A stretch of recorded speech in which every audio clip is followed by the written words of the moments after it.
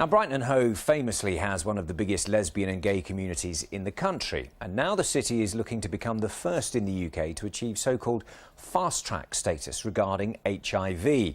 To qualify, the city needs 90% of those with HIV to actually know that they have it. At the moment, there are more than 100,000 people diagnosed with HIV in the UK, and more than 1,500 people are known to be living with the disease in Brighton and Hove. But it's estimated there may be another 500 people with HIV in the city who don't yet know it. Bryony Williams has tonight's special report. Brighton. Some call it the gay capital of the UK, where the pink pound brings in millions to the local economy. But the city still continues to have the highest rate of HIV infections in the country outside of London. Brighton is joining cities like San Francisco, Amsterdam and Bangkok to work towards more people getting HIV tested and on treatment, with the end goal to eradicate the virus altogether. Brighton really should be leading on this. We have got some fantastic services, some hugely committed people working in HIV.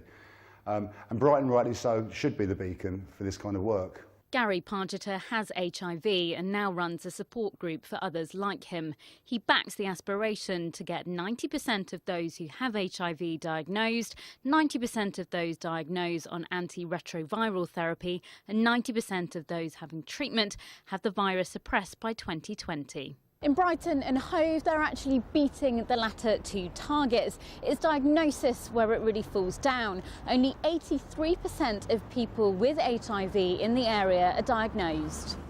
Sue Riley found out she had HIV 10 years ago and feels lucky to be alive. I was fortunate enough to have someone to tell me to go and get a test, because I've never been ill in the last 10 years. So if it hadn't have been for someone coming forward for me to encourage to get a test, I don't know what could have happened. I was lucky, so I'm very much for everyone. Know your status, go and get a HIV test. Anyone can get it, man or woman. We've come a long way since the doom-laden images of tombstones being chiselled, but there's still work to do. For us, it's a massive opportunity to take a step forward for the city to make sure that we're delivering the best possible health outcomes for a significant number of people across the city who have HIV infection or who are at risk of HIV infection. With hundreds in the city unaware they have HIV, getting tested has never been more important. Bryony Williams, BBC South East Today, Brighton.